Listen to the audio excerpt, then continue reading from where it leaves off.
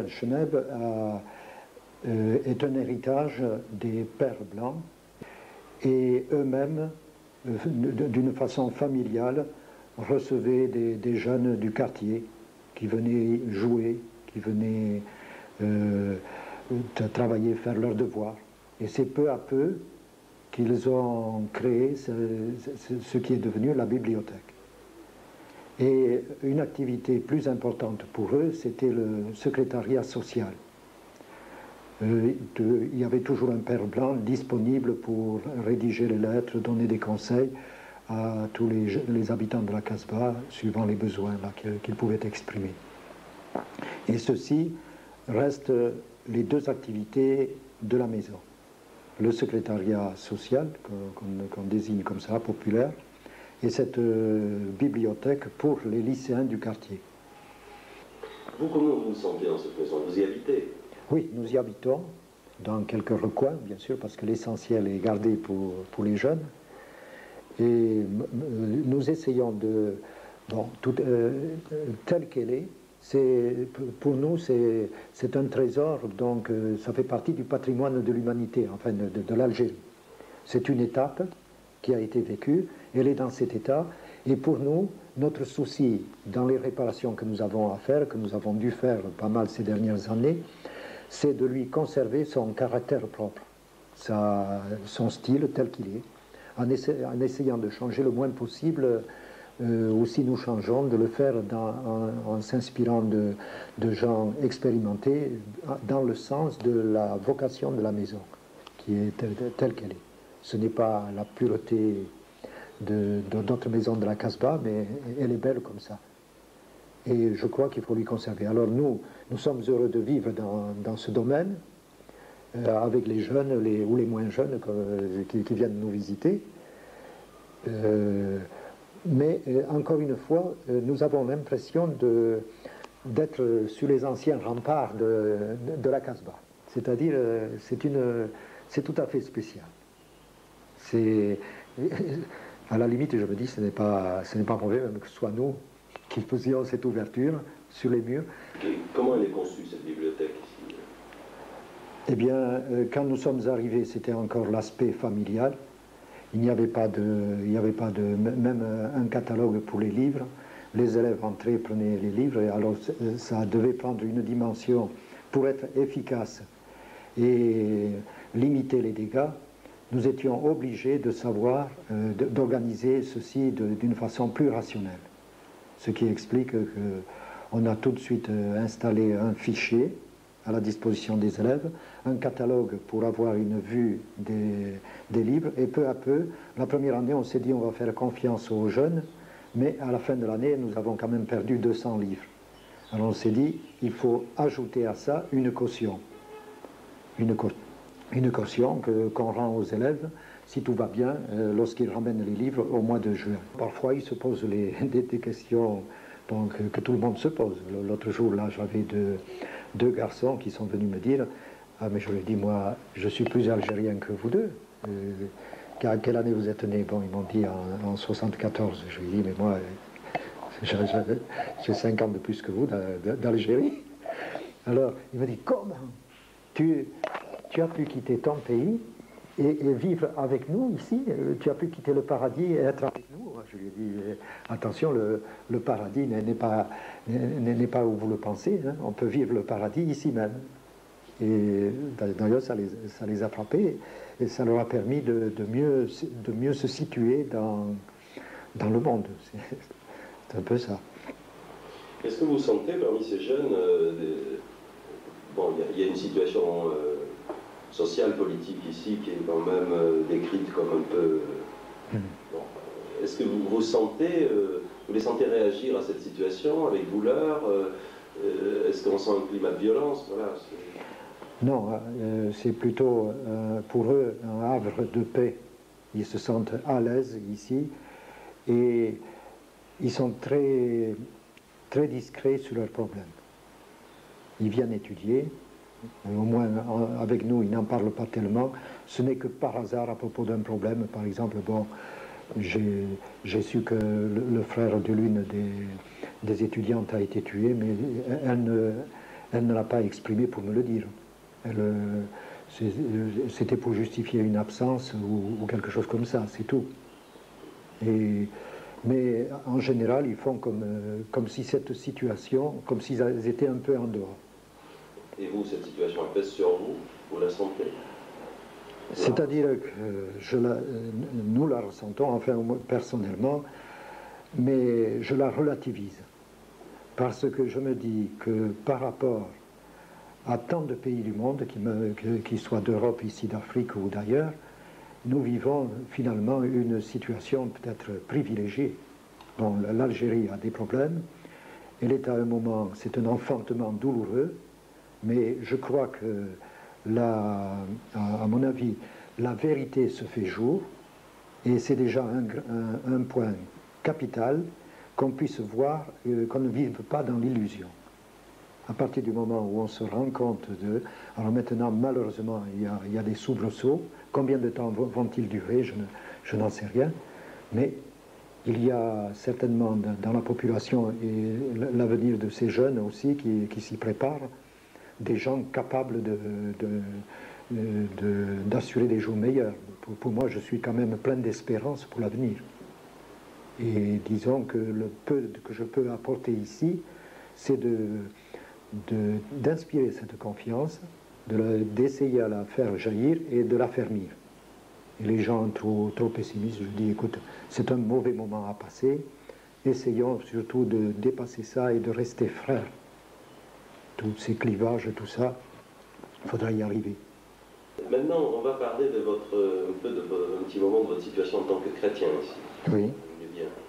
Donc, comment en tant que chrétien vous vous sentez ici dans un pays musulman? Quels sont vos rapports avec les jeunes, qui sont des jeunes musulmans en général, je suppose? Et aussi, vous avez des discussions avec des religieux, des hommes de science musulmanes. Comment vous voyez ces rapports? Qu'est-ce qui se passe?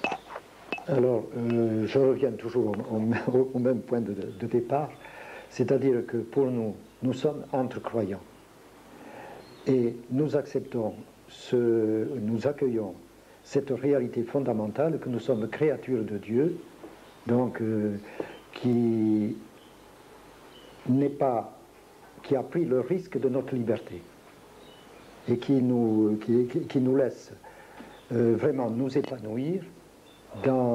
Mais si nous brisons le lien avec lui, nous nous trouvons en porte-à-faux total, à mon avis. En tant que croyant, ou un musulman peut dire pareil.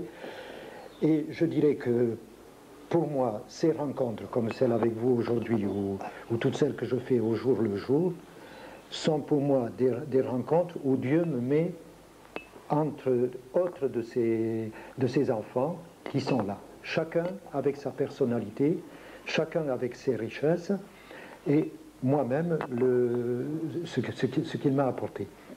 Alors, disons que mon attitude n'est pas de tolérance, parce que tolérance pour moi c'est un mot ambigu, ça évoque d'ailleurs pas mal de choses, c'est-à-dire que je crois qu'il est plus vrai, selon ce qui est vraiment humain, de rencontrer l'autre dans toute sa richesse, sans aucun préjugé, sans aucun, de l'accueillir comme il est, comme Dieu l'a fait, et comme il s'est fait lui-même aussi. Bon, il y a peut-être dans cette rencontre possibilité de se rendre meilleur, c'est un peu pour cela que j'accepte d'être dans une maison avec des jeunes, mais que eux fassent leur trajet, eux seuls. Je me souviens par exemple plusieurs fois, pas tellement ici à la bibliothèque, parce qu'on n'a pas des rapports plus longs, mais que des jeunes sont venus me demander la Bible ou des affaires comme ça. Je lui ai dit, écoute, tu as quel âge? 17 ans. Bon, si on voulait te persuader de n'importe quoi, à cet âge-là, avec l'idéal que tu as, on peut te perturber. Alors le mieux, c'est de savoir que te dit ton texte, ton Coran, ton cheminement avec tes frères croyants, pour essayer de mieux découvrir au fond de toi-même quel est l'appel de Dieu pour toi. C'est ça l'essentiel. C'est pas moi qui peux te le dire, ni non plus aller le perturber. Mais maintenant, quand tu seras à la faculté, que tu veux discuter d'égal à égal avec moi, au contraire, Je te passerai tout ce que tu veux et je te dirai tout ce que je pense. Mais il faut respecter les étapes de la vie. Bon, ça ne veut pas dire que chacun n'a rien à gagner, mais ce n'est pas à ce niveau. Pour moi, pour les jeunes, c'est une question d'ouverture, de respect. Ce qui m'est très pénible, par exemple, c'est quand j'entends parler par certains jeunes, je ne sais pas qui leur inculque ces idées, par exemple des juifs. Alors là, il y en a certains, mais c'est horrible. Alors je lui dis, ce sont des hommes comme nous. Bon, qu'il y ait des erreurs historiques ou autres, bon, mais on n'est pas bloqué là-dessus. Tu rencontres quelqu'un, tu viens à son aide, tu essayes de discuter avec lui, et c'est tout. Il ne faut pas avoir des partis pris comme ça, ce n'est pas digne d'un croyant. Alors j'ai eu la chance pour moi ça a été ça a été un de mes soucis permanents, arriver dans cette culture, de pouvoir, dans la mesure du possible, échanger, réfléchir avec les uns et les autres, et surtout partager notre expérience de croyant. Et à tous les moments, j'ai eu je dirais, ce don de Dieu, de pouvoir rencontrer des gens très ouverts, des gens aussi des croyants vraiment au plus profond de leur âme et qui avaient puisé la substance de leur être spirituel dans la révélation du Coran. Bon, moi j'admire. Alors pourquoi Dieu nous a choisi des voies différentes? Ça, c'est pas moi qui suis dans ses secrets. Je ne peux pas du tout. Il n'est pas question que. C'est un mystère que je ne m'explique pas. Mais à la limite, je me dis, étant donné la variété que nous avons dans la nature, toutes les fleurs ont chacune leur caractère, et puis il y a des arbres et des plantes de toutes sortes, et les oiseaux par-dessus. Bon, je me dis, ça, Dieu aime la variété. La variété est un aspect de la beauté. Le tout, c'est de pouvoir s'accueillir tel que nous sommes, avec toutes nos richesses, chacun est notre, et tout le monde en a. Vous avez des discussions théologiques avec des savants musulmans? Non, pas précisément. Nous avons plutôt des rencontres entre croyants. Je ne suis pas savant. Mais entre croyants, nous arrivons à partager. Par exemple, j'appartiens à plusieurs groupes de partage islamo-chrétien où nous arrivons à des temps de prière. Non, ce n'est pas du confusionnisme, c'est simplement essayer chacun de découvrir l'autre, de voir son cheminement et de nous aider mutuellement dans cette découverte de Dieu. Alors que, par exemple, il y en a qui me demandent quel est l'essentiel de ta prière, ou bien comment on vient de vivre le jeûne du Ramadan et nous du Carême. Alors comment vous envisagez ça? Bon, le jeûne chrétien n'est pas le jeûne musulman. Mais les deux sont des cheminements. Nous avons intérêt à être attentifs l'un à l'autre pour essayer de voir ce qui nous interpelle dans la façon de vivre de l'autre. Et c'est Dieu qui nous fait ce signe. Vous voyez? Alors, maintenant, d'autres fois, ça va plus loin, parce que on a, par exemple, des rencontres régulières avec des amis à Médéa, où nous nous trouvons périodiquement, tous les 6 mois, à réfléchir et à prier ensemble justement pour arriver à découvrir cette richesse du mystère de Dieu entre nous. Bon, alors on arrive à beaucoup de simplicité. Au début, il y avait une certaine réticence, mais là, depuis une dizaine d'années que nous faisons ce cheminement ensemble, bon, on est des frères. On n'a rien de caché. Quand nous apportons un partage de vie, qu'on soit musulman ou chrétien, c'est une expérience que nous faisons et que nous partageons avec notre frère.